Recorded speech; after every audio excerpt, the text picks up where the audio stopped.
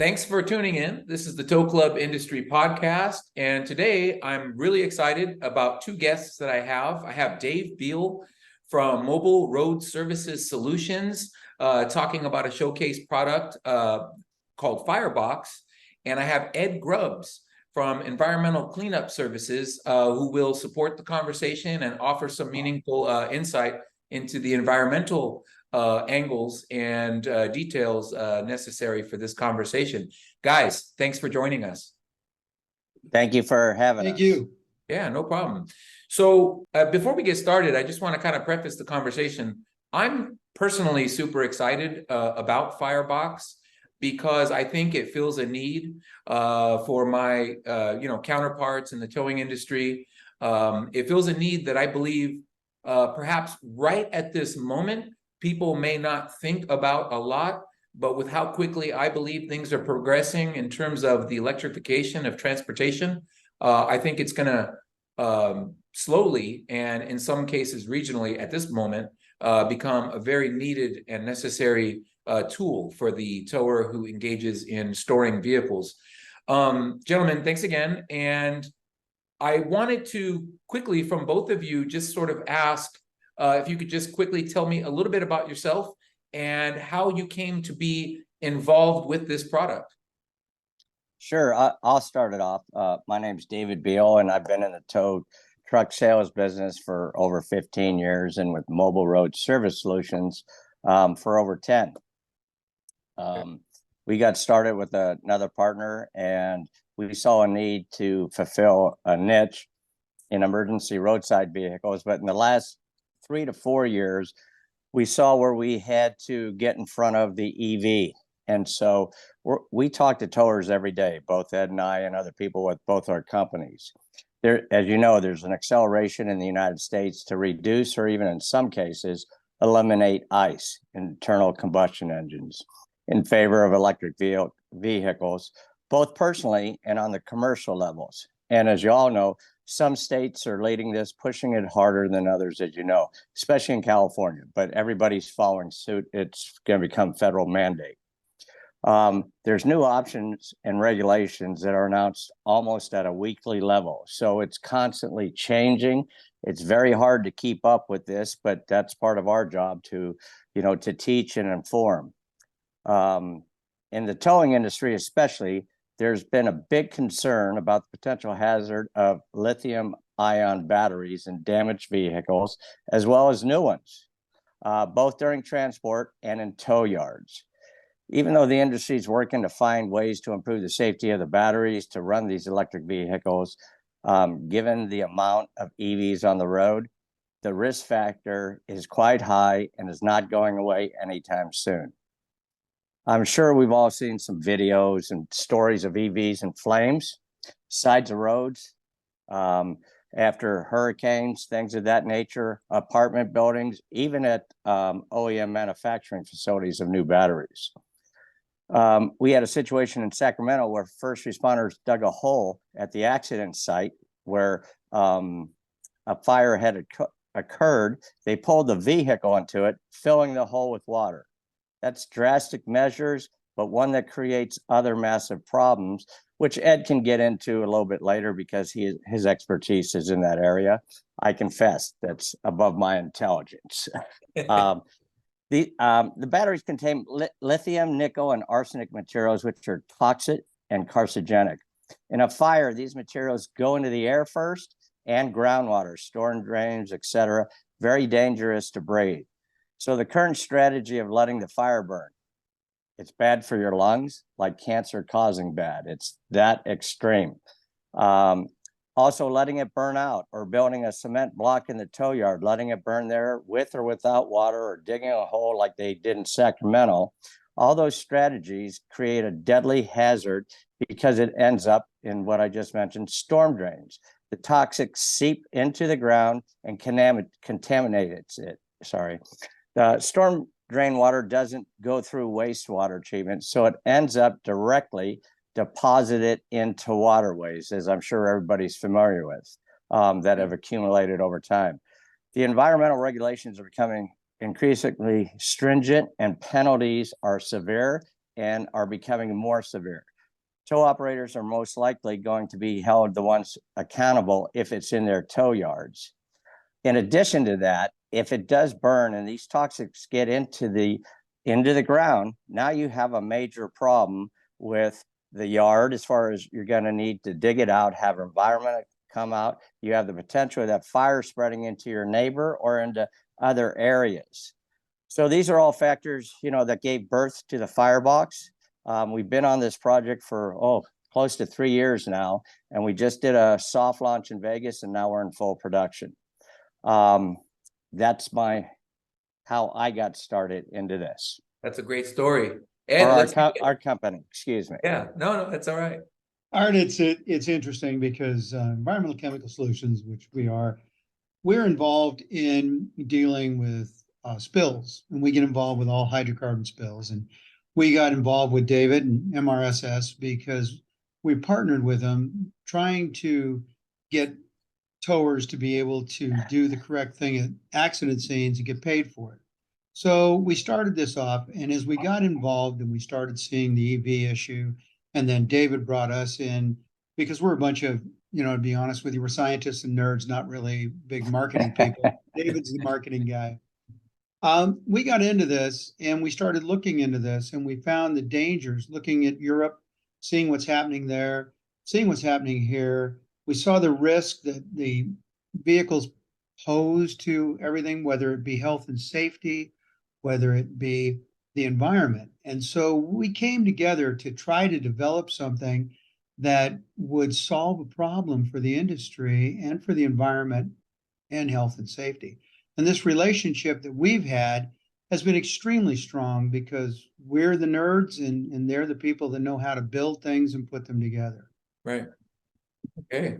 Well, I think just to follow up a little bit about what you guys are talking about, I think it's wonderful that somebody is doing it, because one of the things that I loathe a little bit about the towing industry is we seem to always sort of be last to adopt and evolve into incoming, or I should say upcoming changes in the type of industry that we're in. So I'm glad you guys are on it. That does lead me to my next question, and either one of you can chime in on this, or both of you, but I imagine there was a lot of work put into the engineering of the firebox. Can you perhaps briefly discuss a few of the challenges? And one of the things, and an add-on to that question is what type of environmental responsibilities exist for the tower in the event of a thermal runaway of an electric vehicle that was in the firebox? Obviously, it's going to be contained, but I think more specifically, what is the tower doing with the water? Well, I'm going to turn this over to Ed, and then Sure. I'll finish behind him this time. But that's why we built 13 different prototypes, just so you know, to figure this out and to contain it. And each one is individually tested. But I'll let Ed talk about it because he knows more about thermal runaway, as I mentioned previously. But afterwards, I'll talk about the construction of the box, etc. You got it. To design this, I really believed it should have taken 2 months, but it took 1.5 years. And the reason being is that the vehicles pose such regulatory issues, such environmental issues, such health and safety issues. As David alluded to, the batteries, it's the electrolyte in the batteries that cause the problem. I'll get a little nerdy for a moment. It's hexafluorophosphate with cobamate, which puts off hydrofluoric acid in the water if it gets in, and hydrogen fluoride in the gas. Both of these are extremely toxic. So it's a problem we had to look at, and we had to look at not only, as you asked the question there, which I'll get to in a moment, about what do you do with water, but nobody knew what to do. And you look at the guidance from NHTSA, from the Highway Association, from the national, you look at NFPA, National Fire Protection Agency, and they all had a 50-foot rule. Because if you can imagine a building burning at 1600 degrees, very hot, this burns at 3000 degrees. And because of that, it will burn anything in a radius around you. So you have an issue to start with where nobody's dealing with 3,000-degree temperatures, which will destroy steel. Building something like this required, first off, trying to figure out how you were going to keep the box together in a fire and be able to use it again. There really weren't any materials designed to do that. Jim Figuera, one of our people, really worked hard with the manufacturers to find something that would be able to do this. Then, of course, all these materials were for the inside of buildings, not for the outside. Then they had to find a way, because these are all going to be outside. Right. How do you keep this and build something that can be used over and over again instead of a one-time use and gone? Because it's expensive to do this. But then you've got all the regulatory issues. How do you deal with the smoke?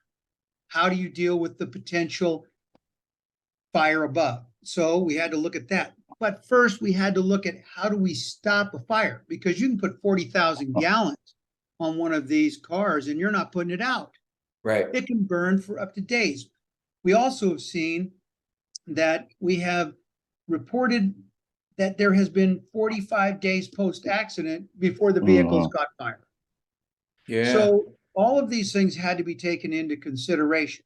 So we worked on a design to cool the battery, to flood the battery, so that we could stop what's called thermal runaway. And what I talk about is, if you look at a Tesla, there's 7,000 batteries inside the battery pack. That's right. Every one of them, it's the electrolyte that causes the problem. They go into thermal runaway, they ignite, and as they start to expand, they build it. Well, the only way to put the fire out and to keep the fire is to cool them below 212, 300 degrees. And if you can do that, you can not only stop thermal runaway, you put out the fire, because they'll burn underwater. They create their own oxygen. So that was one of the real challenges, is how do we do that? Where do we flood it? How do we cool it in a very short period of time? If the vehicle has caught fire, how do we keep the smoke contained? How do we stop any extra fire that's going? So we had to deal with that. David and these guys are phenomenal at being able to build anything. They just have a phenomenal way. We're nerds. We understand what has to be designed, and we can work on the design of that stuff. Right. So we put these together. Now, what do you do with the water? If you don't have a firebox and you put 40,000 gallons of water on your property, you're going to not only contaminate your property, you're going to contaminate stormwater, which puts violations in place. If you let it burn, you're going to have any neighbors that are going to get the soot from the hydrofluoride is basically, I'm going to sue you because you've now damaged my property, something fails. Right. So we had to look at all of these different things in order to meet all the regulations, to meet NFPA, to meet environmental regulations, the air quality, the stormwater, before we could say we had a product that would be able to be used again and again and again, to be able to repair anything that happened in a fire. And we spent a huge amount of time doing this. Today we have a unit that we believe meets every one of the regulatory issues, the fire issues, all of that. Now, you take the water, we've already seen that the water can be severely contaminated, but we designed it to either be drained or to be siphoned out. So either one will work, and all of those are open. I don't believe, from everything that we've looked at so far, anything has been that's more responsive to be able to control this and keep it contained than fireboxes. And right. I can't tell you, I'm very proud of what has occurred. No, I was just going to add a comment, which is like, your material science team, you had these guys working pretty hard, it sounds like, because I mean, that's, you know, when something hasn't been done before, right? Like, you know, I mean, I'm not an expert in manufacturing. I'm familiar with electric vehicles, but I know that a lot of the breakthroughs that we're seeing on the electrification of vehicles, the material science people are in large part responsible for the breakthroughs. I mean, you just talked about it. So that's impressive. Very impressive. Well, thank you. And we as we go forward, we're seeing that these batteries are going to have to be, firebox is not only going to be in the towing, We're seeing the repair yards, the body shops, because you can't put one of these beside a building. They've already burned down buildings. Right. If you're going to dismantle one of these things, you've got to dismantle it somewhere where you can get that battery out without it destroying everything on your property. Can you imagine? Art, one of the things we had in place was the 50-foot rule.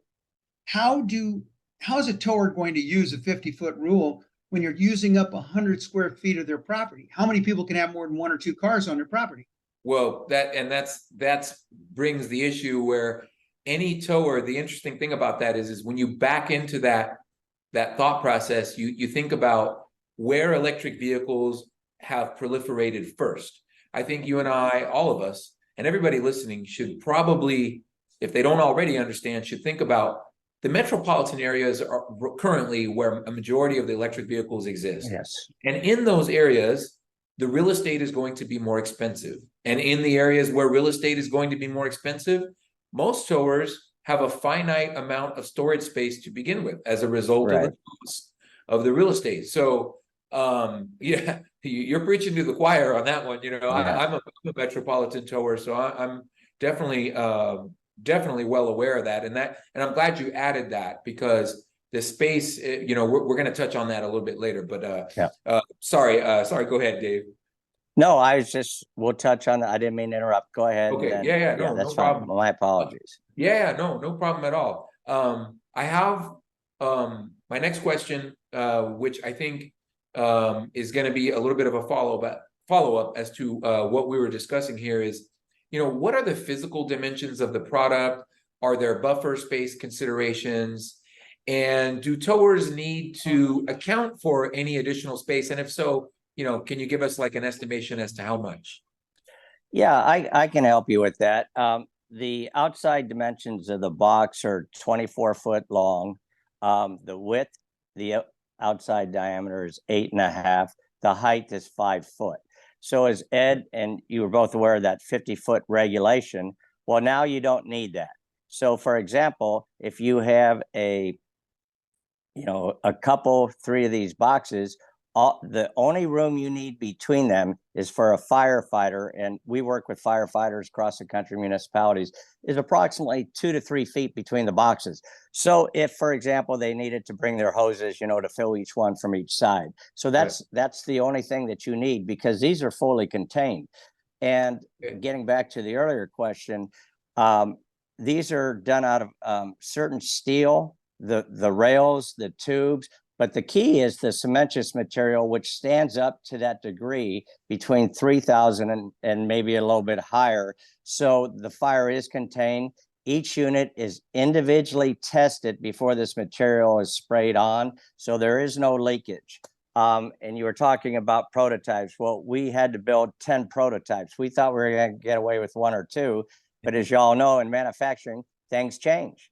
Yeah. And so, first we had a ramp door that came down with a winch. Then we had one with a manual. And now we've come out with our production run, which is a swing door, which a tower can take with one hand and open it. So it's about safety first, too, for the towers, so there's no injuries. The other thing is you may have a fire hydrant on site, but we always recommend, from the operating manual to call 911, because this is the firefighter's responsibility. And they're going to be able to get out there, especially in a metropolitan area, pretty quick.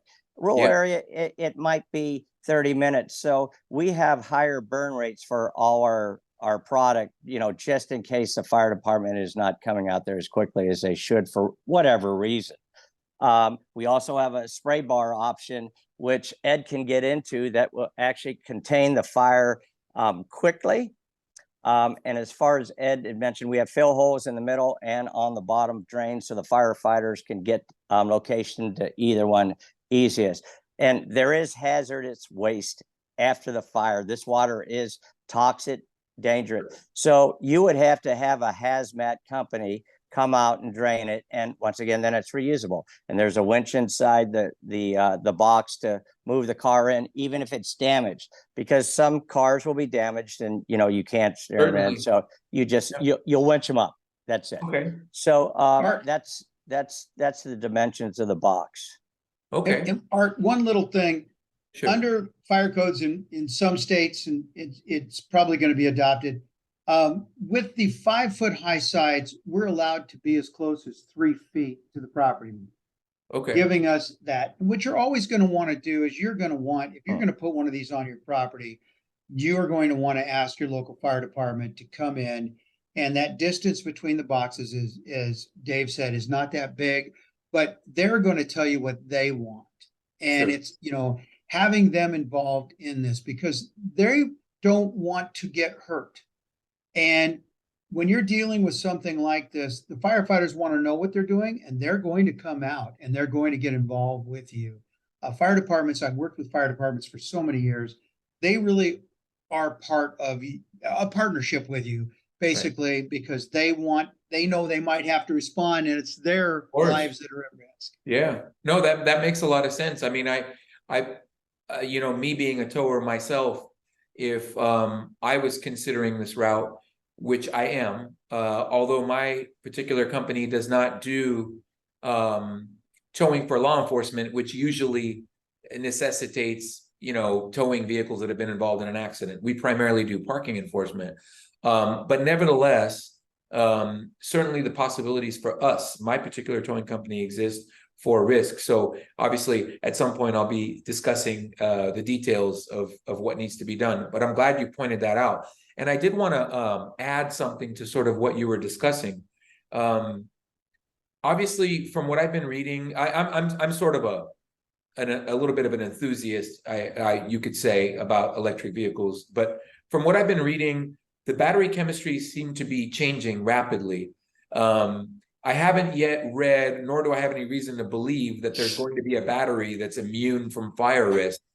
So I imagine that this box is sort of suitable for any type of battery chemistry. I mean, is it safe to say that? Yes, and as we are looking in the world, we are trying to develop a sodium ion battery, salt battery. We're also looking at solid state batteries. But again, both of those technologies are not here.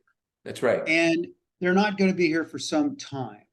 So as they're trying to meet their expectations by the state mandates of, California 2035.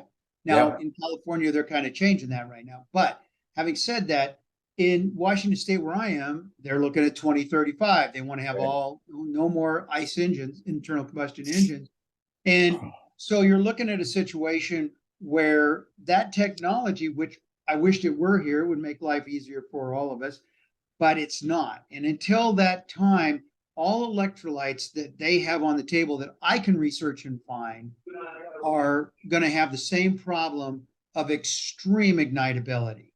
And we're looking at using our technology we have here in actually discharging these, but you have to be very careful because some of the explosions from using like salt water to discharge these batteries have caused massive explosions. Oof. So we have to be really careful, and you really have to use a lot of science in the design and what you're doing. And David knows this. David and I are headed to ESA to be looking at some of the ways that they deal with the fires. But it's important to make sure that we look at what's happening and how we do this for a long period of time, because I don't think you're going to see any changes in technology in the next 5 to 10 years. Yeah, I don't disagree. So in the lead up to setting this discussion up between us, in the past few weeks, I've had, my next question of sorts, but I've had a lot of conversations with towers about firebox in particular and the proliferation of electric vehicles. And as you both are probably aware, this evolution in transportation, the electrification of transportation, is not welcomed by everybody, right? And so when you talk about the reality of this, and mind you, I'm a gearhead. I grew up working on cars, so a lot of my counterparts, a lot of my peers, they associate with electric vehicles with like not being masculine or whatever slur you want to throw at electric vehicles. But when I do talk to towers, the business towers, I should say, yeah, I agree, it's happening. I want to be ready. I really wish there was more information out there, and I wish more people in the industry were talking about it. But here is the thing that I get a lot from them, which is, hey, if I make this capital investment, what assurances do I have, or what is happening with the folks that already have them and are using them? What assurances do I have that the insurance companies are going to participate and pay me so that I can recoup my capital investment in the use of Firebox? Could you guys maybe shed some light on that? What the experiences of towers have been thus far? David? Yeah, I'll be more than happy to. So you have different types of towers, as you just mentioned.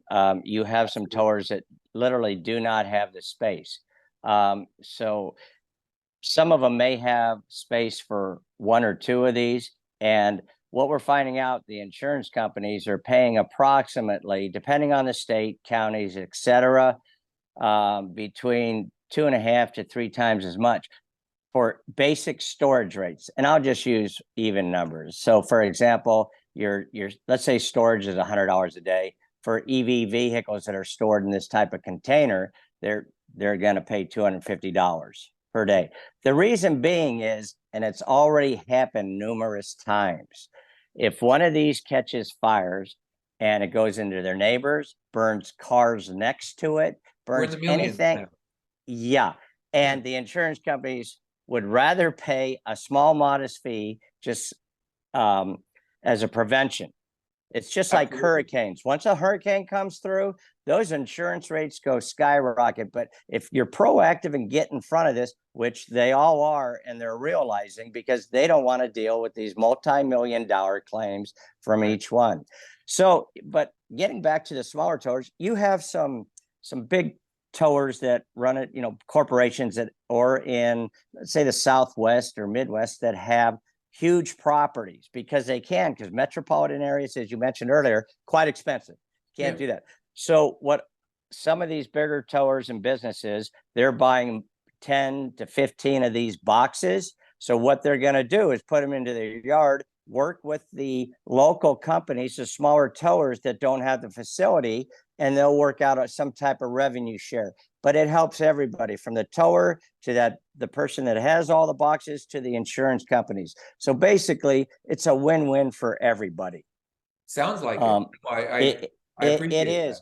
That. And it's not also about the income for the tower, but more importantly, protecting their assets, because towers may be generational, family to family, or they're run by corporations, but you need to protect that. And it's a darn shame when something like this happens, and it will bankrupt you, wipe you out of business. It certainly can. First up, considering the risks, right? Yes. Go ahead. And Art, we basically, when we did this, it's to protect the tower, as David's saying. But one of the things you really look at in this whole thing is that Firebox is not storage. That Firebox is like a rotator versus a light duty tow truck.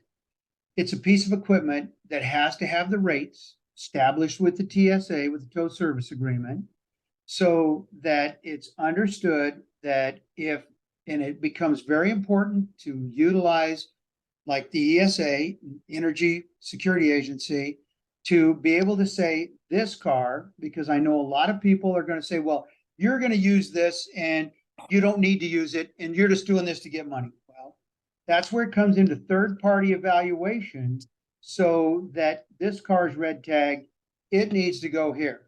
This car's green tag, go do something else with it. And as we do that, then the insurance companies are renting a piece of equipment to protect themselves, as well as the tower is using it to protect themselves.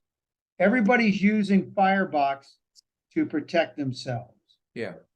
This becomes very important and has to be understood by the towers. This is not a storage fee. Right. I mean, it seems like a mutual benefit here. And I think it's obviously wise for towers to consider mitigating risk of any kind, but particularly of a kind in which, as you mentioned, if there's a fire, these losses will be in the millions. This is not, my vehicles in my storage facility, for example, are 2 feet from one another. If one of these vehicles burns, it's taken 20 or 40 with it. and maybe the neighbors. So this is not like a game, and I don't think people should be dismissive of the risks here. I think people Art, should, are why? you familiar with Copart? I am. Can you imagine one of these catching fire in a Copart yard? Oh yeah, with thousands of vehicles there. Yeah, I mean, that would be that would provide memes for 10, 20 years. but more importantly, it would be catastrophic environmentally. And obviously for the sake of Copart, I mean that could really just really cripple them. So yeah, I don't want, I mean, for the towers that are listening here, I mean, I just want to kind of double down on that. Whatever the risk is and whatever scenario it is, obviously right now we're talking about firebox, but you should not be dismissive of risks that can put your assets, your company, your employees in peril. I want to get to my next question, and I have to be honest, I've been waiting to ask this one because this, in many respects confirms much of what I believe. But many auto industry experts, I follow the auto industry very closely, particularly manufacturing, because Tesla was born in my backyard, and a lot of times you sort of develop a local pride about things like that. And I'm in Silicon Valley, and I always like to rib my friends that aren't here and say all the great ideas are born here, etc. But if you listen to the industry experts in auto manufacturing, pretty much there's, I wouldn't say a consensus, but a lot of the good experts, or the people that we should perhaps value their opinions and such, they're predicting that 50% of new vehicles around 2030, maybe slightly before, will be electric. And my understanding is over 20 countries are already at this point. So, my question is, are you preparing for this ramp up? And what advice can you give to towers who are listening here, like, who might be skeptical? Some towers I talk to a lot, they're perhaps skeptical about needing something like this. I mean, given these realities, I'd like to hear what you have to say about that. I'll start out with just brief and then turn it over to Ed. So as you mentioned, we're here already and it's going forward. There's no denying that. As you mentioned, the metropolitan areas are the biggest entertainer of these vehicles for now, until the infrastructure gets there where you can charge out in the Midwest, but right now you can't, the cold climate, but they're trying to do that. But as the number of the EVs continues to increase, the likelihood of a tower being in a position to respond to a collision is going to increase also.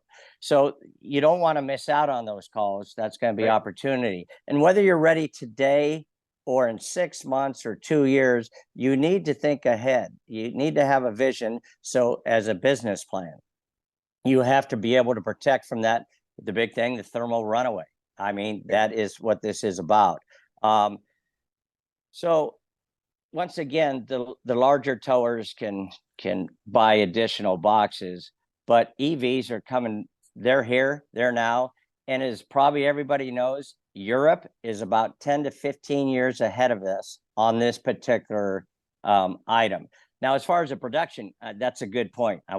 So we are in full production now. We have to run, right now, it's a 60-day turnaround time, business days, but we have to run 20 units at a time. So our goal, and we're back ordered right now, the first quarter of next year, we have 4 facilities across the United States to help with transportation and decrease that cost, because these are heavy boxes. So there's going to be a transportation cost on them.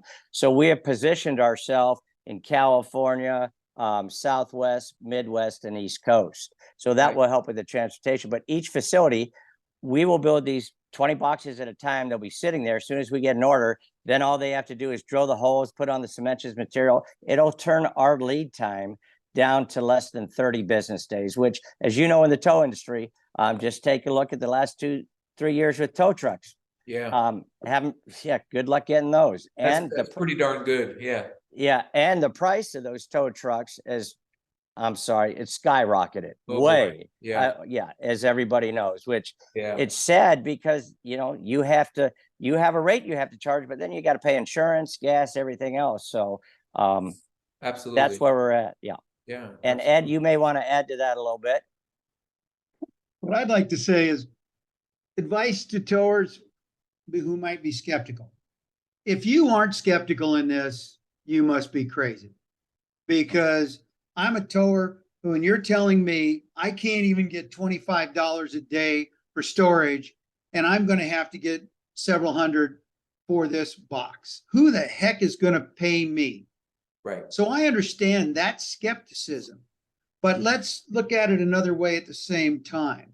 Insurance companies aren't going to have a choice because somebody's going to have to deal with these, and these are a problem. There is no question. It's hard to get data out of the United States because of political issues. Yeah. But if we look at the data we've been able to collect, if we look at the data from Europe, Britain especially, we can see that there's 10 times more chance of a fire of an EV than an internal combustion engine. If you are in business, you say that you're in business, you guys are not doing incident management towing at this time, but you own it, you have insurance to cover your Right. business, to cover your trucks, to cover your people. Yeah. Firebox is insurance that is going to be required if you're going to have an EV on your property. If we look at, even as David said in the beginning, Ford, the Lightning trucks rolling off of the assembly line. One catches fire in the line outside and burns 9 trucks before they can drive the others away from. We look, the Felicity sinks. They had the Coast Guard sinks it because there was nothing else to do with it at sea, taking hundreds of millions of dollars in vehicles to the bottom of the ocean. This is reality. And as a tower, if you're going to be, as you said, a businessman, business tower, you're going to have to figure out how you're going to deal with this, whether it's you buying a box or partnering with another individual that you can utilize their firebox. No, That's my advice. Yeah, that makes a lot of sense, Ed. And I hope the towers that are listening are heeding that advice. And again, this is not because, you know, I'm talking with you guys. I just think that we should be more open to adopting the changes in our industry. I do have one more question for you guys, and then I'll let you go. I was wondering if you guys could perhaps share some pricing information. I know you touched on lead times and transportation costs a little bit, but some pricing information and whether or not any financing options may exist. Yeah, I'll be more than happy to. And I'd like to just loop back on one of the questions. So we have multiple patent pendings, not just for this box. This is the one we decided to produce first. So we have them for e-bikes and different parking structures where it may not be a car, but it's actually batteries that can be stored where it's not a car. So and I'll give you an example. You have some major corporations here, right here in the Bay Area, that for their employees, they drive a lot of electric cars. There's different levels of underground parking.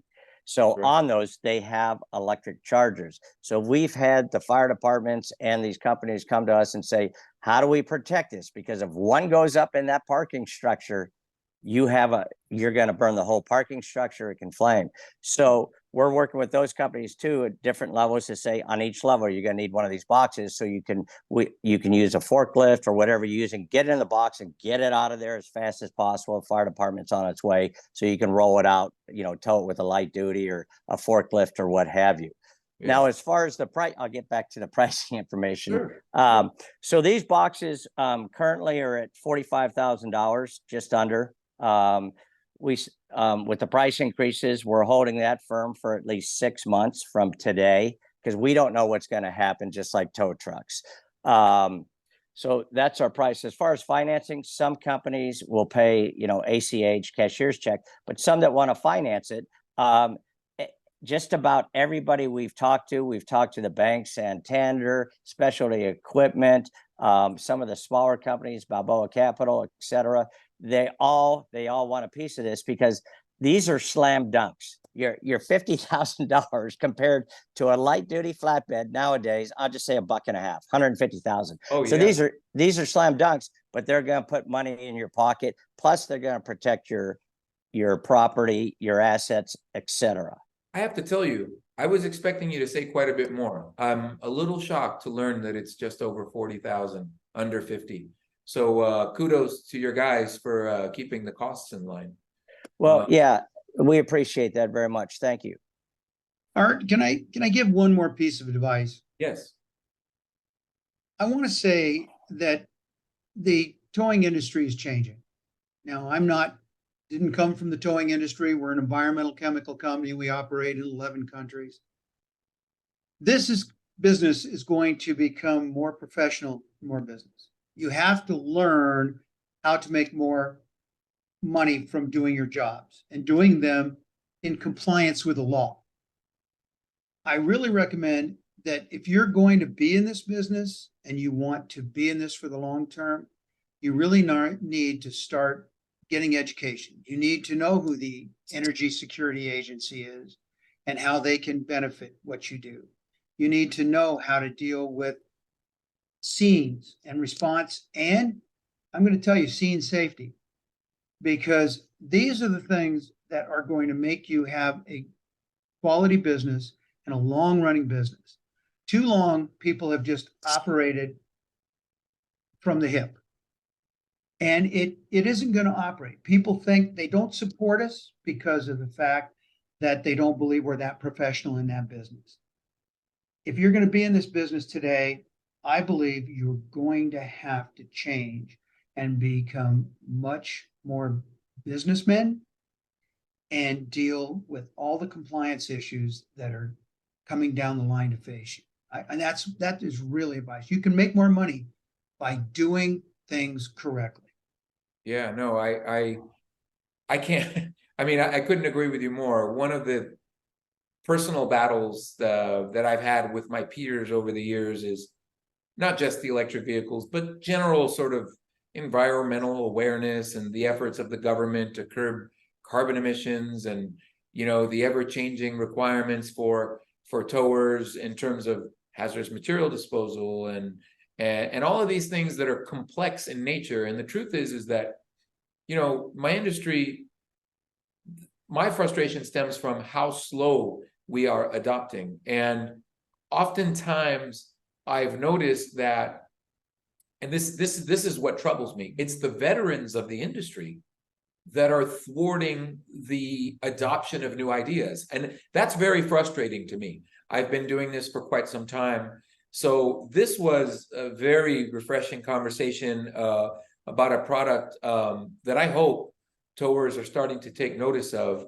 And Art, if anybody wants to talk with us, please send out my email to anyone. We would be more than happy to educate, to do anything to help the industry.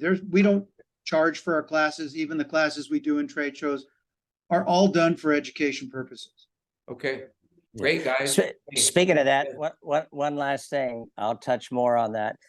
Where people really learn, like you say, you can reach out to us directly at fireboxusa.net. But we're at the tow shows and we actually have these boxes. So whether you're at Florida, Vegas, Tennessee, Baltimore. The bigger shows, whether it's Ed's company or somebody else, there are more and more educational seminars at each one of these, even at the regional shows where there may not be a box, but the information is coming out on the electric vehicles and how to tow them, how to prevent spills, etc. I recommend they're always standing room only.